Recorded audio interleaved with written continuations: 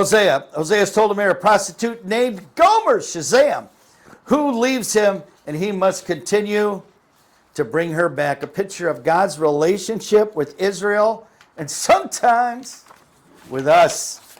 Author Hosea. Hosea and Jonah were the only prophets living in the northern kingdom. In Hosea, Jesus is the faithful spouse. Hosea 6:6. For I desire mercy, not sacrifice, and acknowledgement of God rather than burnt offerings. And start. 14 chapters long. Hosea's ministry lasted over the time span of 7 kings. He lasted a lot longer than his marriage did. 5 of them are mentioned in the first chapters. Prophecy delivered just before the northern kingdom fell to Assyria. Judah would not fall for another 100 years. So he was stuck. He was left with his skin intact for a little bit. His ministry lasted 70 years. It's hard to be in ministry that long and not get kicked out, and may have lasted for 90 years, which is a Jewish tradition. During the time of this prophecy, Israel was prosperous and complacent.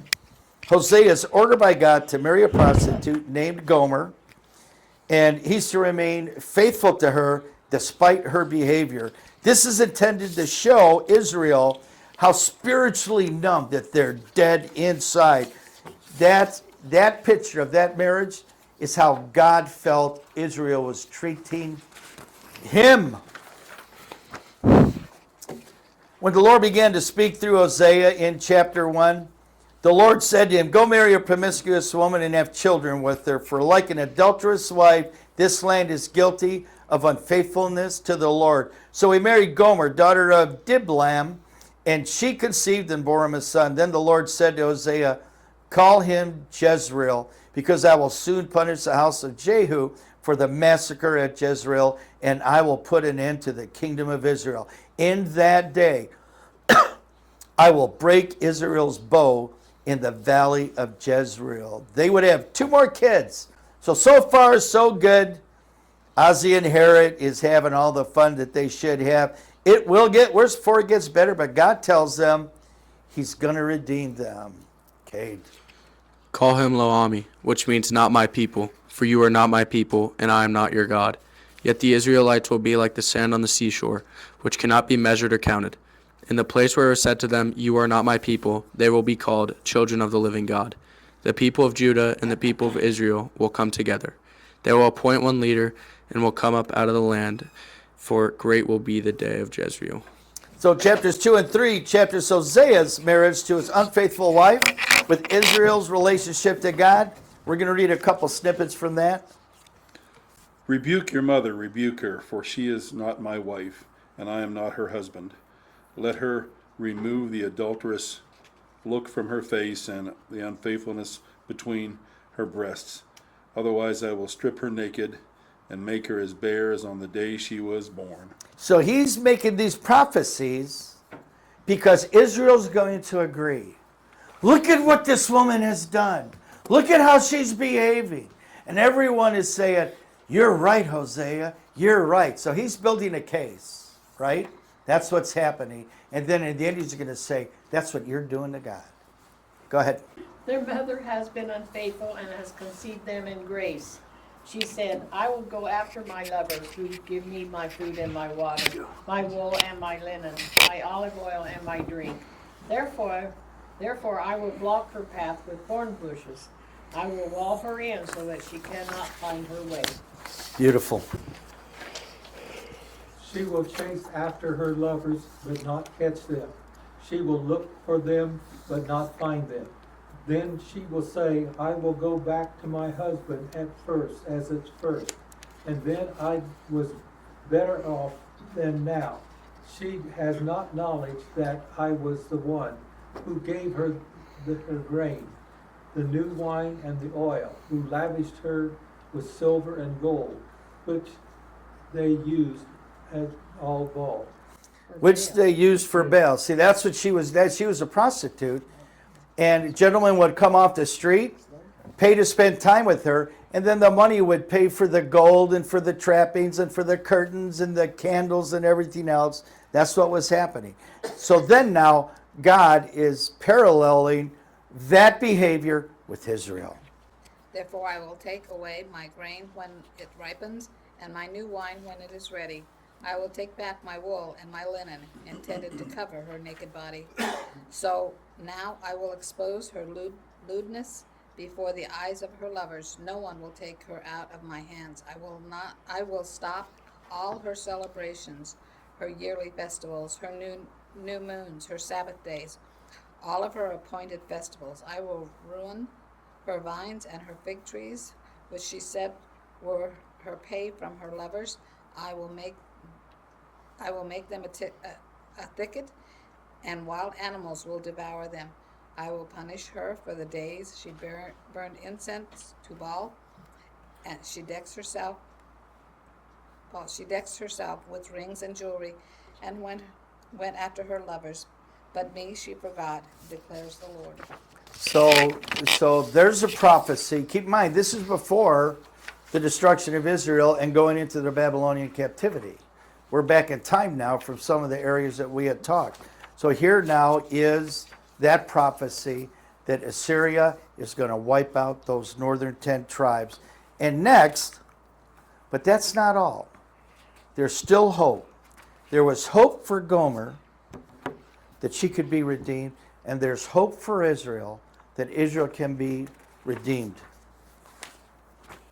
In that day I will respond, declares the Lord. I will respond to the skies, and they will respond to the earth, and the earth will respond to the grain, the new wine, and the oil, and the olive oil, and they will respond to Jezreel.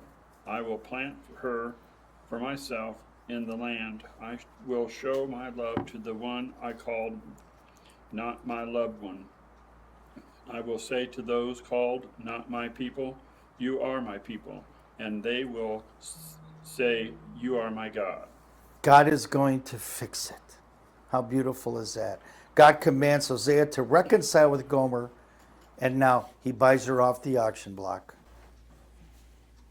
The Lord said to me, go show your love for your wife again, though she is loved by another man and is an adulteress.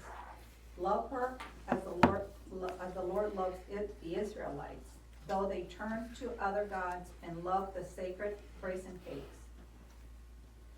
So I bought her for 15 shekels of silver and about a homer and does it say that? About A lethech of barley. Okay. Then I told her, you are to live with me many days. You must be a prostitute or be intimate with any man, and I will behave the same way towards you. For the Israelites will live many days without king or prince, without sacrifice or sacred stones, without ephod or household goods.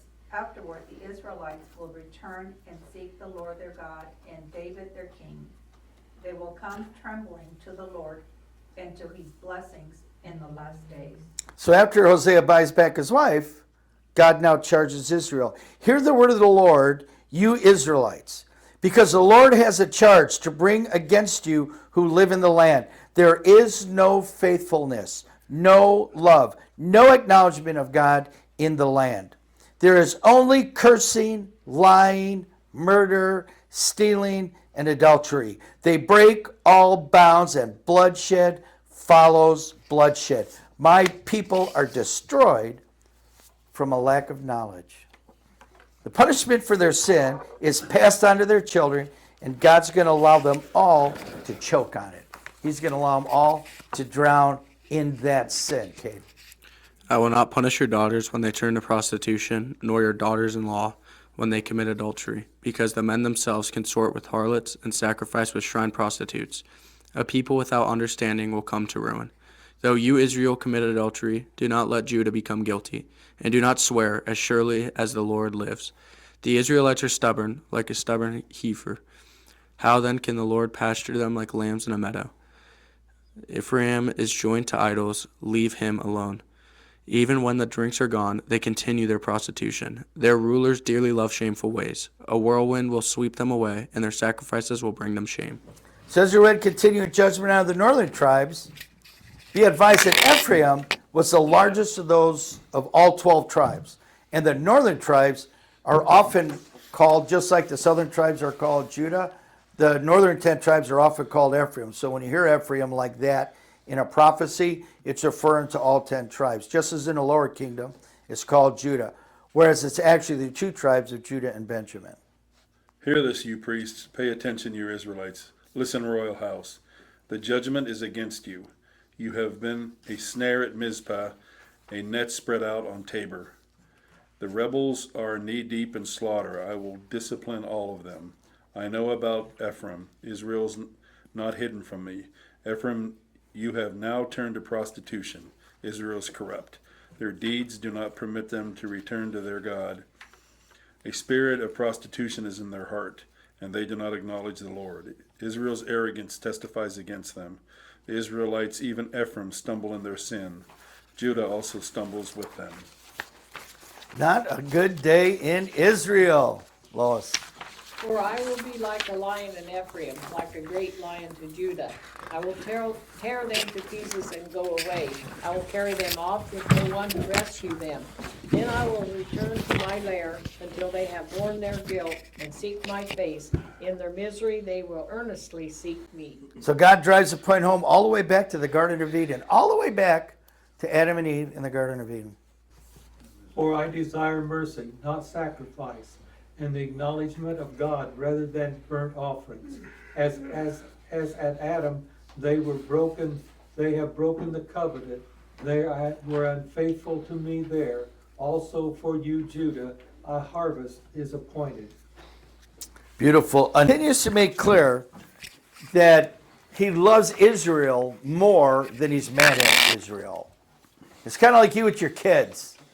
I'm really mad at that teenager, but I love you more than I'm mad at you. But sometimes just barely. How can I give you up, Ephraim? How can I hand you over, Israel? How can I treat you like Admah? How can I make you like Zeboim? My heart is changed within me. You really All said my that with a compassion- Jewish. You really read that with a Jewish accent. Zeboim. Oiska, oiska. Beautiful. My heart is changed within me. All my compassion is aroused. I will not carry out my fierce anger, nor will I devastate Ephraim again. For I am not a man, the Holy One among you. I will not come against their cities. They will follow the Lord. He will roar like a lion. When he roars, his children will come trembling from the west. They will come from Egypt trembling like sparrows, from Assyria fluttering like doves. I will settle them in their homes, declares the Lord. Got soul.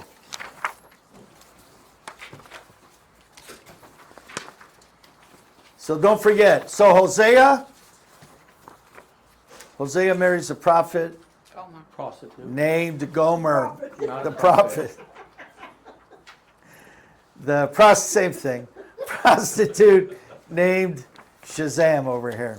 Are we supposed to have a picture in Hosea? Yeah, it's on the It's back. on the very back, Very yeah. back. The very back. It's Right going, there. Oh, this? Boom! Oh, Gomer Pyle. Ah. It's the only Gomer I know.